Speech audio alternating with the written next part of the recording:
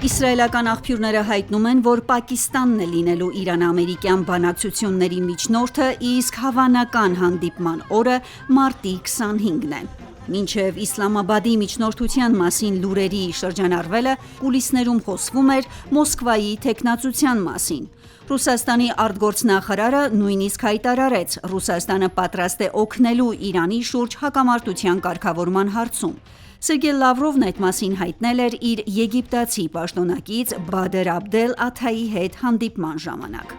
Դոնալդ Թրամփը մարտի 23-ին էր հայտնել, որ Իրանի հետ բանակցություններ են ընթանում և այժմ համաձայնության հասնելու լավ հնարավորություն կա։ ԱՄՆ նախագահը պնդել էր, որ Իրանը համաձայն է հրաժարվել միջուկային զենք ունենալու ծրագրերից։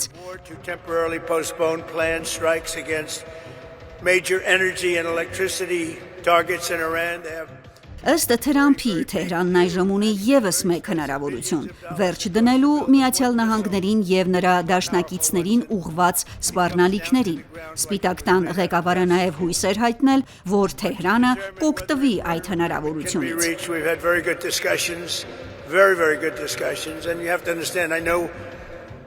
Նրանք ցանկանում են խաղաղություն, նրանք համաձայնել են, որ չեն ունենա միջուկային զենք և այլն, բայց տեսնենք, թե ինչ կստացվի։ Շատ մեծ հնարավորություն կա, ասել է Թրամփը լրագրողներին։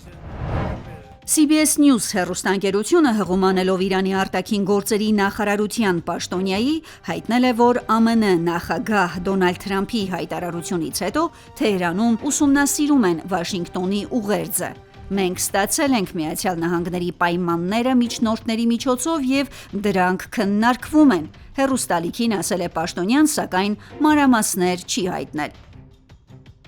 Իրանի արտգործնախարարության խոսնակ Էսմայիլ Բաղային հերքել է ԱՄՆ-ի հետ խորհրդակցությունների անցկացման մասին տեղեկությունները, բայց նշել է, որ Թեհրանը բարեկամական երկրների միջոցով ստացել է ուղերձներ պատերազմը դադարեցնելու շուրջ բանակցություններ վարելու ԱՄՆ-ի հարցման մասին։ Իրանի խորհրդարանի խոսնակն էլ ավելի վաղ էր հայտնել, որ ԱՄՆ-ի հետ բանակցություններ չեն վարում։ Կեղծ լուրերը օգտագործվում են ֆինանսական և նավթի շուկաները մանիպուլացնելու և այն ճահճից դուրս գալու համար, որում խճճվել են ԱՄՆ-ն ու Իսրայելը, գրել էր Մոհամմադ Բաղեր Ղալիբաֆը։ Reuters-ը հավելում է, որ իսրայելցի մի պաշտոնյա և իրավիճակին ծանոթ երկու այլ աղբյուր հայտնել են, որ հենց Ղալիբաֆն է ամերիկյան կողմի հետ բանակցություններ վարում։ Financial Times-ն էլ հաստատում է, որ կուլիսային քննարկումներ այդուամենայնիվ ընթանում են։ Ըստ լրատվամիջոցի, Պակիստանը փորձում է միջնորդել ԱՄՆ-ի, Իսրայելի և Իրանի միջև պատերազմը դադարեցնելու հարցում օգտագործելով իր կապերը և Վաշինգտոնի և Թեհրանի հետ։ Ըստ լուրերի, Պակիստանի բանակի հրամանատարը և վարչապետը արդեն կապի մեջ են Դոնալդ Թրամփի և Մասուդ Փեզեշքյանի հետ։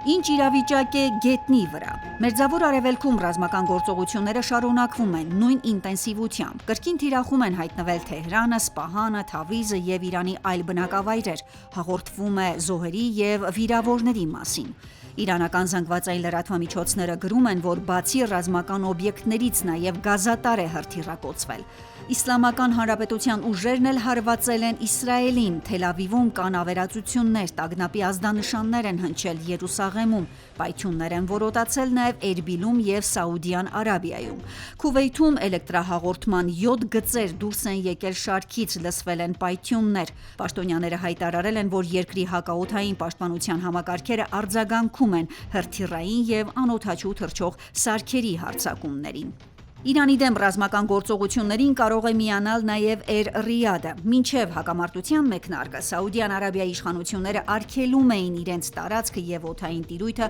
օգտագործել Իրանին հարվածելու համար։ Սակայն, ինչպես հայտնում է Wall Street Journal-ը, վերջին շրջանում Էր Ռիադը թույլատրել է ամերիկյան զինվորականներին օգտագործել երկրի արևմուտքում գտնվող թագավոր Ֆահդի անվան ավիաբազան։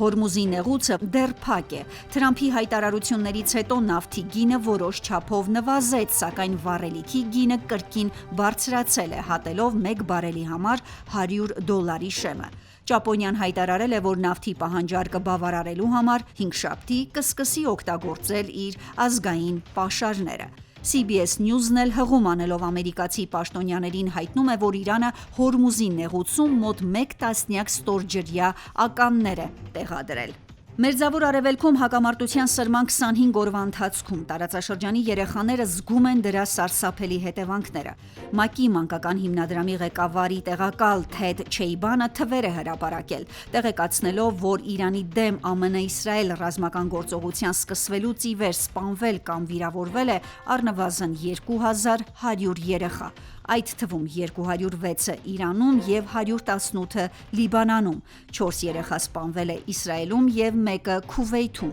Պատերազմի սկզբից ի վեր օրական վիրավորվել կամ սպանվել է 87 երեխա, հայտնել է երեխաների իրավունքների պաշտպանությամբ զբաղվող կառույցի ներկայացուցիչը։ Հասմիկ Մարտիրոսյան, Ռադիոլուր։